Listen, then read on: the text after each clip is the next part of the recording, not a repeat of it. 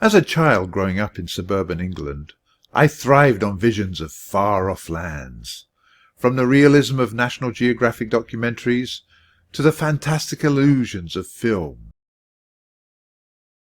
One man responsible for the latter was the renowned visual effects maestro Douglas Trumbull, who died earlier this year. After moving to Canada, I thrived on a diet of 50s and 60s science fiction movies aired on Saturday afternoon TV with all their cheesy special effects. The man-in-a-suit Godzillas and the rocket ships hung by wires. I accepted the movies for what they were. The field of special effects was in its infancy, but one film came along in 1968 that changed all of that. 2001: A Space Odyssey. I was too young at the time to watch it then, but its effect was to revolutionize films, and one of the people responsible was Douglas Trumbull. In the 70s, I would scrutinize the credits for the special effects teams, and there he was. Close Encounters of the Third Kind, Star Trek the Motion Picture, Silent Running, and I finally managed to see 2001 on a large screen. 1982.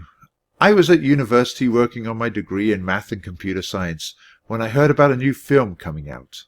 The story was based on a story by Philip K. Dick, a novelist I admired. The director for Blade Runner was Ridley Scott, whose previous work being the amazingly atmospheric Alien. The main actor was Harrison Ford, the thinking man's action hero, who had just done Raiders of the Lost Ark the year before.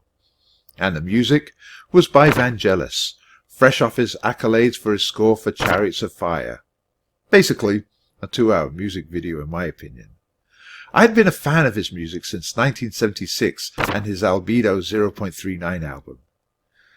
And the person in charge of special effects was Douglas Trumbull. To say I was looking forward to this movie was an understatement.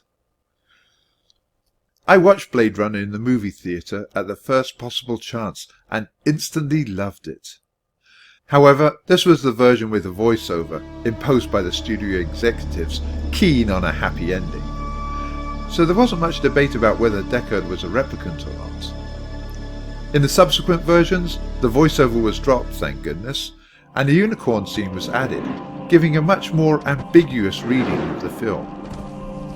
The unicorn scene refers to a dream that Deckard has. At the end of the movie, Detective Gaff shows Deckard he knows about the dream by placing an origami unicorn. This suggests that the unicorn dream was an implanted memory, meaning that Deckard is a replicant.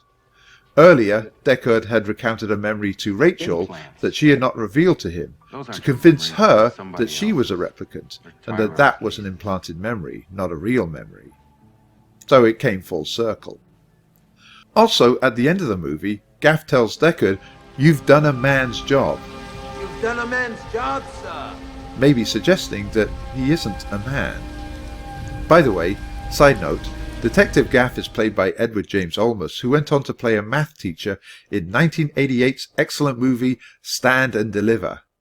And, of course, he played Commander Adama in the Battlestar Galactica remake. But I digress. Getting back to the issue of whether Deckard is a replicant or not, we need to go back to Douglas Trumbull's work in 2001: A Space Odyssey. In the Dawn of Man sequence, there is a point where a leopard looks towards the camera and his eyes are lit up as the light hits the reflective material at the back of the eyes. This mistake was due to the angle of the lighting and the angle of the camera, but Stanley Kubrick decided to keep it. Douglas Trumbull noted this and then used this effect in Blade Runner to indicate whether a person or animal on screen was a replicant or not. All the replicants have scenes where their eyes reflect the light. It should be noted that this is for the benefit of the audience, not the characters in the movie. Within the film, the Voigt-Kampff test is needed to determine whether a person is a replicant or not. What if I go north? So I'll leave it up to you. Was this intentional? Or just that Harrison Ford was at the right angle for this particular effect? Thank you, Douglas Trumbull, for all the years of enjoyment you brought me. I was able to experience many different places, from a dystopian future to outer space and the many spaces in between.